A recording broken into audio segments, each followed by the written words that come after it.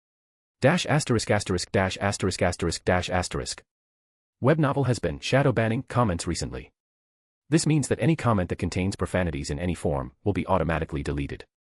So, if you are commenting with curses and profanities, censor a single letter or get creative. Chapter 104, Summons, Repayment, Negotiation. Dash asterisk asterisk dash asterisk asterisk dash asterisk. Quinn entered the AID office limping. He had conjured a shirt and pants over his body and under his robes in the time he had traveled from the Great Lakes shore to the AID office. Other than his punctured lung, which he mostly had patched at the lakeshore, most of Quinn's injuries were still raw. All the muscle wounds were being protected and being medically stabilized by magic.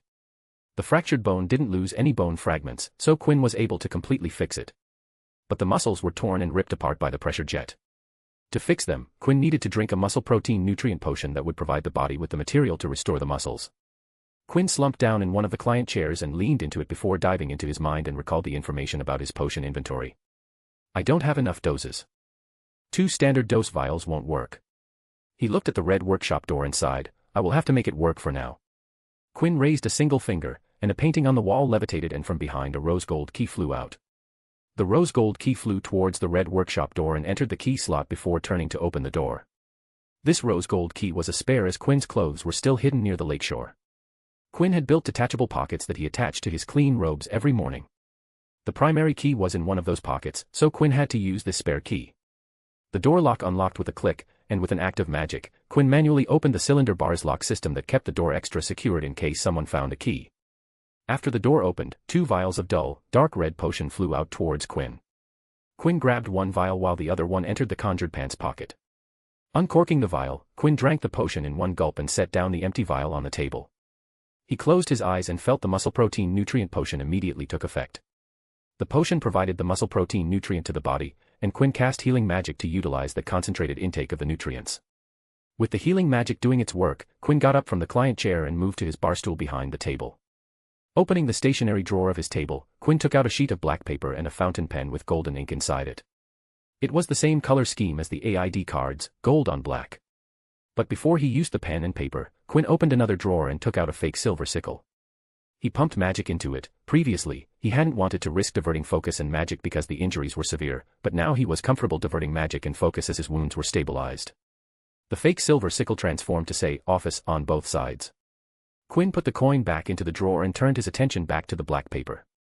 "Let's keep it simple and authoritative," said Quinn as he uncapped the pen and thought about what to write on the black paper. After forming the words and sentences in his mind, Quinn began writing. To Ms. Hermione Granger. Date, May 16, 1994. Subjects, summons for repayment. Ms. Granger. You are duly summoned and required to report at the AID office on the main corridor, West Sections, 5th floor, for repaying the debt owed to me for helping you in your time of need. You are required to appear within 30 minutes of receiving this letter. The moment you open the envelope this letter came in, I would be informed, and the clock would start. For your sake, please comply with the instructions to the point and without any delay. Regards. Q. West. Proprietor. AID Consultations. This will do, nodded Quinn, folded the black paper into thirds and put it into a white envelope, and addressed it to Hermione. As he sealed the envelope, Quinn charmed the lip of the envelope in such a way that when it was opened, Quinn would know. As he completed the letter, the office door opened, and his assistant, Luna Lovegood, entered the room. You called? Asked Luna as she skipped into the room. She raised her arm to show a leather and sterling silver bracelet on her wrist. The silver piece on the bracelet showed the words "Office" on it. The sterling silver piece was charmed with the protean charm connecting the bracelet with the fake silver sickle. It was a way for Quinn to summon. Quinn raised the letter in his hand and asked. Yes, can you go to the library and hand this to Hermione Granger? She will most probably be there, but if she isn't, go to the Gryffindor common room and ask a Gryffindor to call Hermione Granger out. Unfortunately, Quinn didn't have recon on his person, or else he would have told Luna Hermione's precise location. But fortunately, Quinn had a lot of key people's regular routines memorized. Luna took out the envelope from Quinn and looked at the Hermione Granger written on it. Okay, shrugged Luna and put the envelope inside her robes. Luna, please make sure that she gets the envelope immediately and tell her that she is to open it immediately.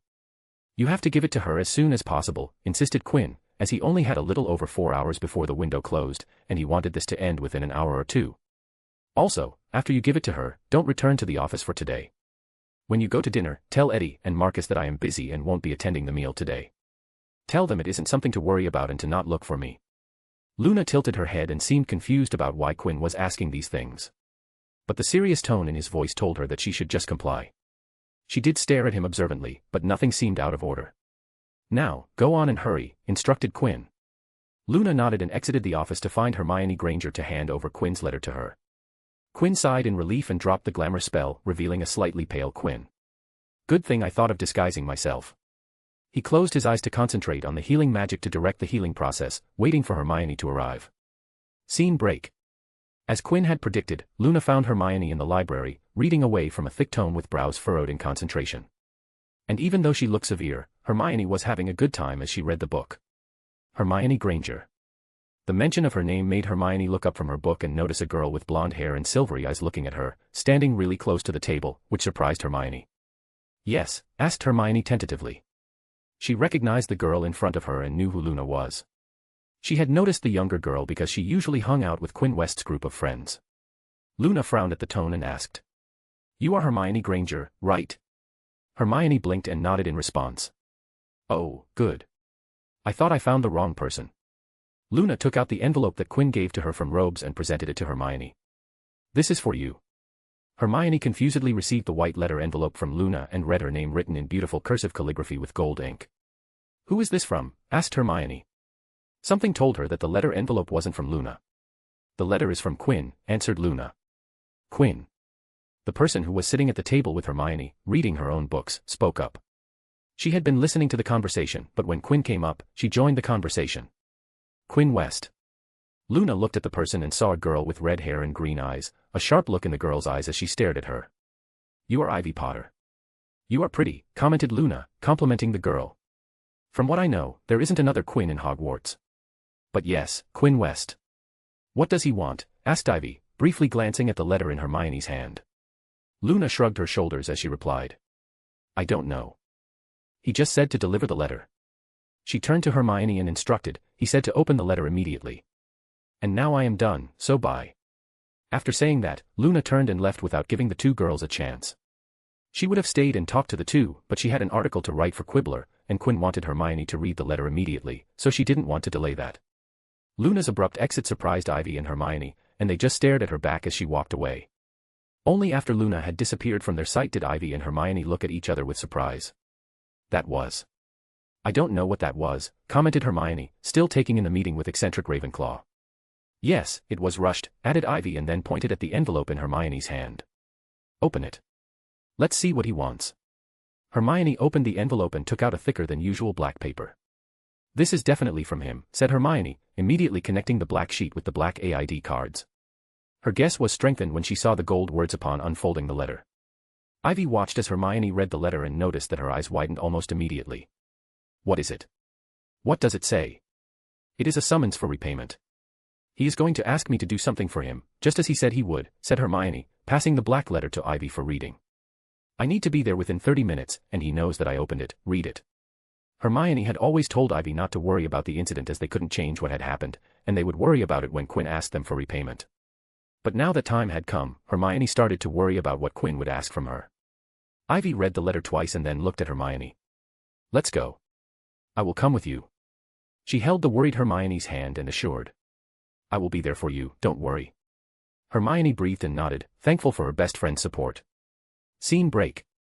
Quinn opened his eyes when he heard the door chime ring. He immediately put on a glamour so that everything seemed normal. It masked the pale skin with some exhaustion with magic, and Quinn looked no different from the norm. Hermione Granger and Ivy Potter entered the office with different expressions. Hermione had nervousness on her face which she was trying to hide, whereas Ivy Potter had caution and vigilance flashing in her eyes. The two girls looked around the office, and the two couldn't get used to the fact that the AID office was lit up with white light coming from an unknown source instead of candle chandeliers hanging from the ceiling. Welcome, Miss Granger, please come in, and I would be lying if I said I didn't expect you to tag along with her, Miss Potter, sighed Quinn when he saw two people enter his office instead of one. Now that you two are here, please take seats so that we can start. We have much work to do. Ivy didn't reply and followed Quinn's instructions and sat down in the client chair, with Hermione sitting in the other chair. Quinn raised his hand towards Hermione with palm up.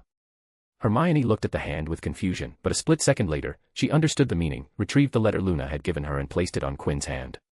Quinn gripped the letter and threw it above his head behind him. The letter was incinerated into nothingness and smoke immediately after. He ignored the astonished expression from the Gryffindor girls and started. So we all know why I have called you here. To repay the debt, answered Hermione shortly. She glanced at Ivy, who was staring at Quinn, who wasn't paying any attention to Ivy. You are correct. And before we start, I can see that you are nervous. So I would like to reassure you that what I am about to ask will affect nobody other than myself. What I am trying to convey is that your lives won't be any different from before you received the letter today. You can pretend that nothing happened, and it won't make any difference. Ivy narrowed her eyes. Quinn's words didn't reassure her one bit. What's the task? She would decide if the task would affect people after listening to what Quinn had to say. Quinn locked eyes with Hermione and opened his mouth to say a phrase that revealed a lot. I need the time turner. Hermione and Ivy's eyes widened to the size of saucers when the words came out of Quinn's mouth. Tea time turner. What do you mean? I don't understand, stuttered Hermione, trying very hard to pretend to be clueless. Ivy, on her side, closed her eyes when she heard the shakiness in Hermione's voice. The obvious yet poor attempt to hide didn't help one bit. That stutter reveals everything, Miss Granger. You need to practice lying if you want to fool anyone. A ghost of a smile graced Quinn's lips. Miss Granger, you have been attending classes for 12 subjects. Without special circumstances, there is no way you would have been able to attend all those classes. You have to understand that 12O.W.Ls are rare but not unprecedented. A lot of to-be head boys and head girls have attempted and succeeded in accomplishing this feat, but the difference between them and you is that those people didn't sign up for all the subjects. Whereas you signed up for every subject class, and from what I have gathered, you attend every single subject. It wasn't compulsory to sign up for all classes to take OWL exams. In theory, a student could give all 12 OWL exams without attending a single session of all subjects. Most of the students who got 12 O.W.Ls did exactly that. Hermione rubbed her temple as she asked with a sigh. But how did you know that I was using a time turner? Time turners weren't mainstream knowledge, it weren't the first thing that popped into one's mind when thinking about Hermione's situation. Even when Ivy Potter noticed something weird about Hermione and noticed that her timetable didn't make sense. It took Ivy to pry the answer off of Hermione to know how she managed to attend classes from 12 subjects. Ivy wouldn't have figured it out on her own. Most people, when hearing about your situation, wouldn't think about it if they aren't close to you. Most people would just sigh thinking about the load that you were taking and then move on with their life. Quinn pointed at himself and continued. Unfortunately or fortunately, I am not like most people. When I heard what you were doing, because I am a busy person and have a strict time management schedule, I immediately thought about how you were doing this. And one day, I decided to investigate, and after some days of eliminating multitudes of viable and non-viable scenarios, I was able to figure out how you were doing this. The last remaining theory was a time turner. Then Quinn decided to plug an event that would strengthen his made-up argument. Do you remember the first day of school when you and Harry Potter were called out to Professor McGonagall's office by her? Hermione nodded, as that was the day she got the information about the time turner. I understood why Harry Potter and I were there, but you didn't have to be there, so while investigating, that thought popped into my mind. It made me assume that Professor McGonagall assisted you in some way, that you didn't find a way on your own, and that made the search radius a lot shorter. Professor McGonagall is a busy person and wouldn't be able to help you out every hour, so I was able to deduce that you were using a magical item from that. Hermione and Ivy sat in their seats and watched as Quinn went on to state surprising insights about how he was able to narrow his final guess to a time turner, all while keeping an expression that seemed to appear that what he did wasn't anything special. And that is how you got the time turner, but enough about this, let's come to why I have called you here, explained Quinn before putting on his business face and stating his demands. I want to go back in time. You have the means to accomplish that and will provide me with the time turner. No, came Hermione's immediate answer. Lending out her time turner wasn't an option in Hermione's mind. Once Ivy had asked to take the tag along because she wanted to see how it felt, but Hermione had put that idea down before Ivy could finish a single sentence. I understand your apprehension. The Ministry has tight control over time tuners. I assume that Professor McGonagall got your time turner from the Ministry. You are only allowed to use it only for your studies and nothing else, stated Quinn, knowing that he would face some resistance. But as I told you, what I will do while back in time wouldn't affect anyone but me. My actions are extremely isolated and won't affect anyone. The only people who even know that something happened are already in this room. Quinn could still see the resistance and unwillingness on Hermione's face, so he decided to give her another piece of reassurance that could possibly convince her to allow him to time travel. Miss Granger, how about this? You and Miss Potter here can come with me. I won't go alone, and you can see firsthand what I do while in the past. If you think I am doing something that you aren't comfortable with, you can ask me to stop, and I will give you my word that I will stop. He gauged Hermione's expression and thought as he waited for her response. Don't make me stun you and steal the time turner. I don't want to erase your memories. I would have to erase Luna's memories, Eddie's and Marcus's to tie loose ends, and I don't want that. Luna had delivered the letter to Hermione, and Quinn had instructed her to inform Eddie and Marcus that he would miss the meal. So to effectively tie all loose ends, he would have to erase that Luna was ever called into the office and asked to deliver the letter. And by now, she would have met Eddie and Marcus, relaying the information, so he would also have to erase their memories to complete the erasure of the entire incident. Hermione took a while to make her decision. Ivy Potter sat by her side, silent. This was Hermione's decision, and if Hermione wanted some advice, Ivy would offer it, but not before asking. Ivy had listened to the entire conversation, and if she was in Hermione's place, she too wouldn't have been comfortable allowing Quinn to go back in the past. But the conditions that Quinn was putting forward were favorable to them.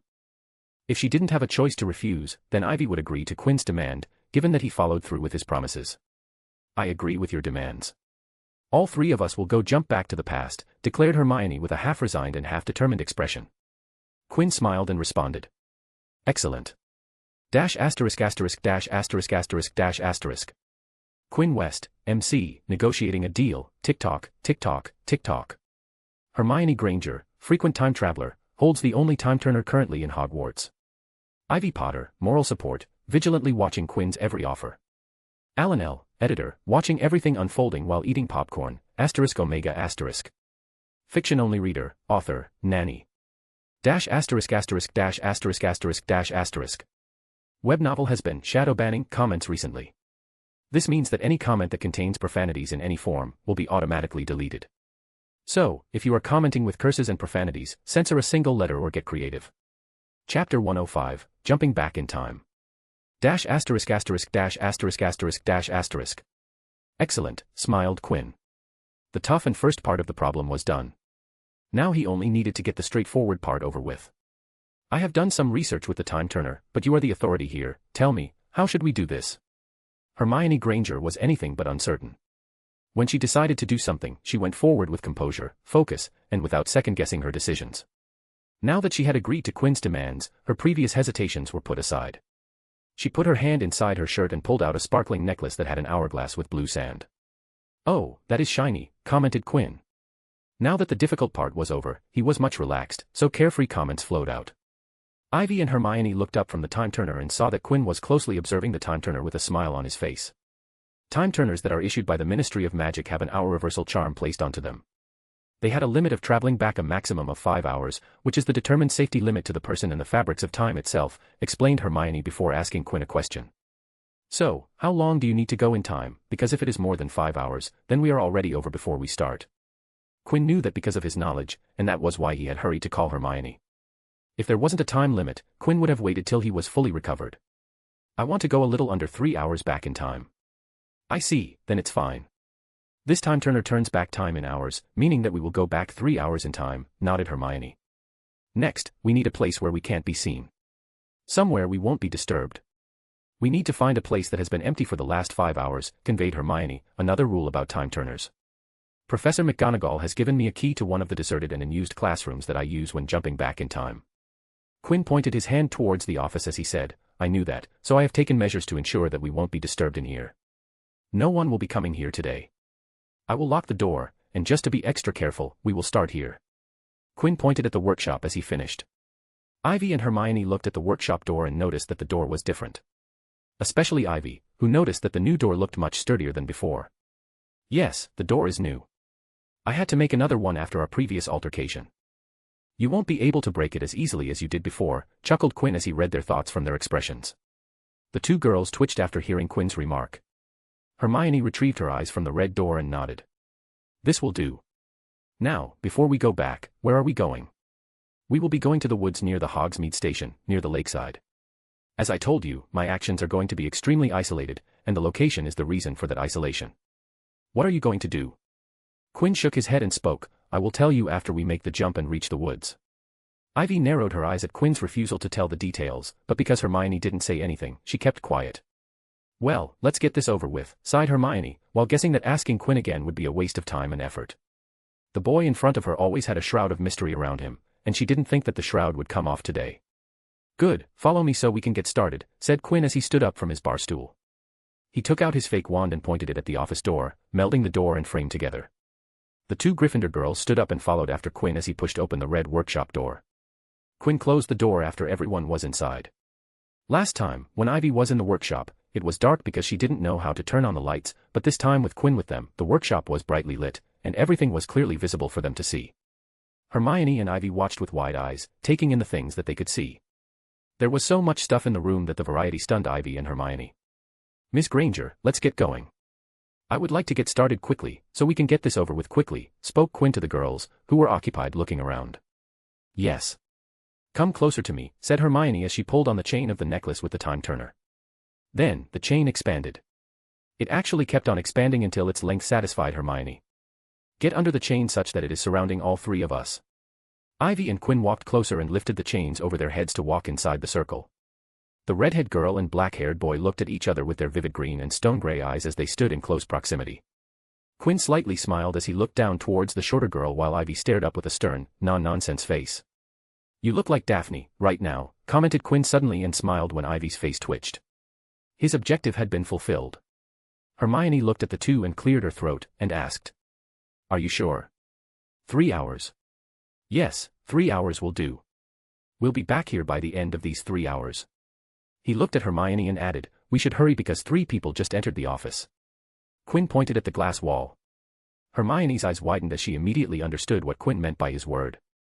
The 3 people that entered the office were the ones from the future. She immediately turned the hourglass timepiece thrice, triggering the time turner and slipping through the sands of times. The bright workshop dissolved. Quinn had the sensation that he was flying very fast, backward. A blur of colors and shapes rushed past him, his ears were pounding, he kept calm and observed the phenomenon through all his senses. And then he felt solid ground beneath his feet, and everything came into focus again. Quinn stood next to Hermione and Ivy inside the dark workshop. There was no light because there weren't any windows, and the rune lights were not turned on. Quinn turned his neck slightly to adjust the chain of the hourglass timepiece cutting into his neck. "We've gone back in time," Hermione whispered, lifting the chain off and looking at Ivy and Quinn's figures appeared in the darkness. "We went 3 hours back." Excellent. Let's get going. It will take longer than usual for us to get to the woods, said Quinn as he walked towards the workshop door. Huh, what do you dash? Ivy asked what Quinn was talking about when she noticed a clearly visible limp in Quinn's stride that was previously missing. Why are you limping? Quinn opened the workshop door and turned his face back to look at Ivy to state in a voice that made it seem that he was saying something obvious, I am injured. The limp wasn't there before we jumped back in time, chimed Hermione as she looked at Quinn's feet. I was being careful, but now that we are here, I can tell you, said Quinn as he entered the office. The girls followed as his voice became faint. I got injured, and we are going to make it so that I don't get injured further. Ivy and Hermione looked at each other and followed, who kept walking with the limp in his step. You got injured in the woods, questioned Ivy, trying to get information from Quinn. Kind of. Yeah, I got injured near the woods, said Quinn as the three exited the office and the door locked itself. Ivy watched as Quinn looked around the corridor with an uncomfortable expression. What happened? Quinn briefly glanced at Ivy before going back to look at the corridor. We have to make sure that we aren't seen. We aren't part of this time till the 3 hours pass, we don't belong to this time just yet. So, I would like to not be seen until the time after we return to the office after 3 hours. To make sure that this entire operation remained isolated and contained as much as possible, Quinn wanted the three of them to not be seen. Ivy and Hermione understood Quinn's point of view. Hermione looked at Ivy, who looked at her, and the two best friends talked with their eyes behind Quinn's back. After a few seconds, Ivy sighed and nodded. I have the Marauders map on me. We can use that, said Ivy looking at Quinn's back, who turned to face Ivy and locked eyes with her.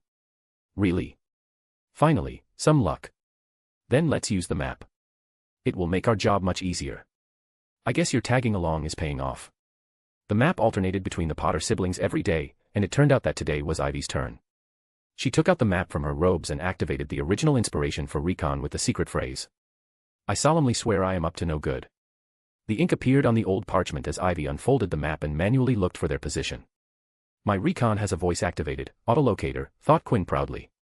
Ivy found their position, and as she did, Quinn noticed that the map only showed Hermione and Ivy. Quinn was missing from the map. It seems I'm still not traceable with the map, smiled Quinn as he looked at the map. That makes me happy. We tried to fix it, but it didn't work, spat Ivy as he lightly glared at Quinn. That makes me happier, laughed Quinn at her tone.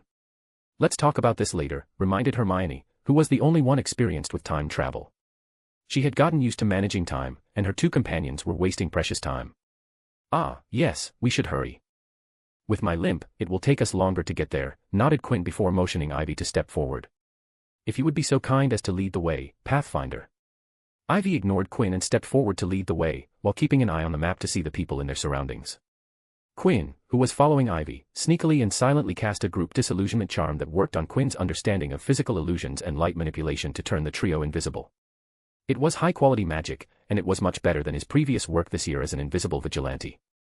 The fact that he had been noticed prompted Quinn to figure out a better spell that wouldn't become vulnerable while moving. The general disillusionment charms worked on light manipulation, so Quinn upped the quality of light manipulation and beyond by adding aspects of physical illusions to provide another layer of depth to the stealth. The three eventually made their way towards the woods, taking the party around 3/4 of an hour to get to the point that Quinn wanted. All right, we are here. We are going to make camp here and wait till the event starts, informed Quinn. He took out his fake wand for show and transmuted the ground to rise up to form 3 plateaus before transforming them into stone.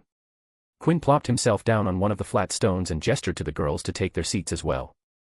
Ivy and Hermione looked to their surroundings and saw that they were barely inside the woods, which had the Great Lake on one side and the Hogsmeade Station on the other. From the way Quinn was sitting, they could deduce that whatever was about to happen was going to happen at the Great Lake's side. After the two finally sat down on the transfigured stones, Quinn spoke up, we have time before I have to start working, so to pass the time, I would like to make some things clear. Ivy and Hermione glanced at each other while thinking that Quinn was about to tell them what was about to happen, but what followed differed completely from what happened. First, Miss Potter, addressed Quinn. He took a short pause before continuing. You were at the wrong place at the wrong time. I was going through a bad time when you came across me. And well, you know what followed. Ivy silently stared at Quinn with a totally expressionless face. It was clear she was using a clemency. She knew that Quinn was talking about the polyjuice incident. If times had been better, even though I wouldn't have condoned your actions, I would have simply ignored you and moved along minding my own business. But the circumstances lead to what happened. And I truly and from the bottom of my heart am sorry that I threatened you and your family. It was true, Quinn would have ignored Ivy in Daphne's form and would have walked away because of his then reluctance to get involved with the events. The sin curse had decreased those inhibitions, and he vaulted into the incident with a particular savageness. Emotions could be peeked from behind Ivy's acclimacy barrier as surprise appeared on her face. She wasn't expecting this from Quinn when he said that he wanted to pass the time. Next, I don't really mind you breaking into Professor Snape's ingredient inventory to get the potion ingredients. To me, it just showed that you guys were resourceful. I probably would have just mail-ordered the ingredients, but I'm sure you didn't have that option. Quinn knew he was saying that he didn't mind identity theft and breaking an entry. But the truth was that he truly didn't mind it. Quinn was what you called a serial legilimens, which meant that he regularly used legilimency. Every mealtime while he was in the Great Hall, Quinn would use legilimency to peek into the unsuspecting mind of numerous students. Tens of students had no idea that their minds were being read while they chatted and ate their meals. In his second year, Quinn had drugged Ron Weasley to get information out of him, which was again a tremendous violation of privacy. His first meeting with Ginny Weasley had turned into a walk where he tried to go through the girl's recent life. He had practically hacked into a computer system to get the private passwords of numerous accounts. Recon was just that, as he even had the passwords to the professor's private quarters that were practically like their apartments. So when Quinn said that he didn't mind the stuff that he had held against them, he was speaking the truth. Nonetheless, I vehemently oppose you breaking into my office. That wasn't cool at all. The reasoning that you girls based your opinion were, pardon my language, idiotic. Hermione was about to speak, but Quinn stopped her and continued, I know what I am saying is highly hypocritical, but the truth of the matter is that I am somewhat of a hypocrite. Another example of Quinn's hypocrisy was his thoughts about the Lockhart incident. He felt that Lockhart got his punishment but didn't like the fact that it had come from himself. Quinn would have been fine if it came from anyone else than him. And that was classic hypocritical behavior. When Quinn stopped and Hermione said what she was planning to say, you know that what you said makes things worse. I know, but the thing is, what I said is the honest truth.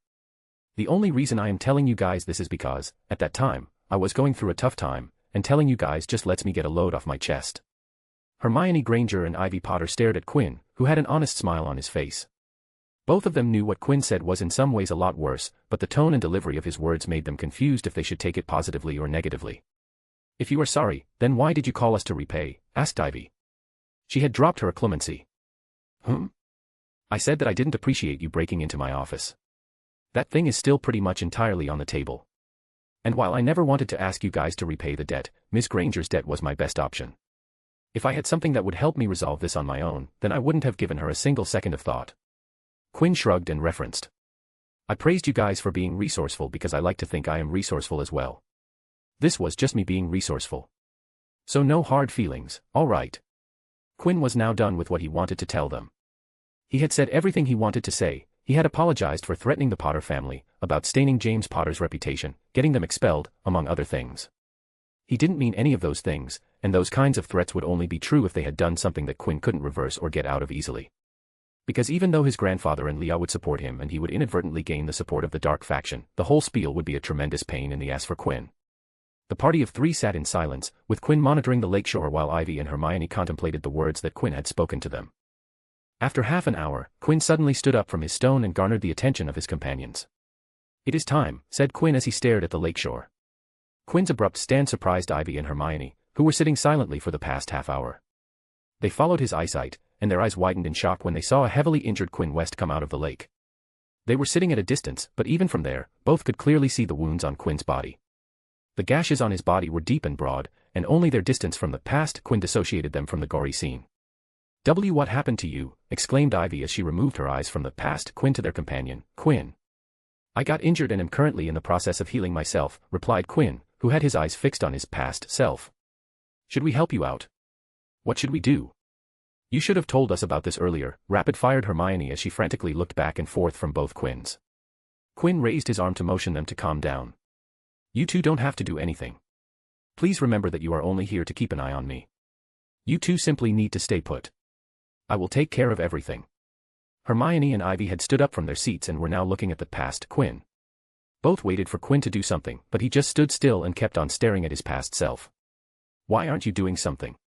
You are going to die, exclaimed Ivy, anxiously looking at the injured past Quinn.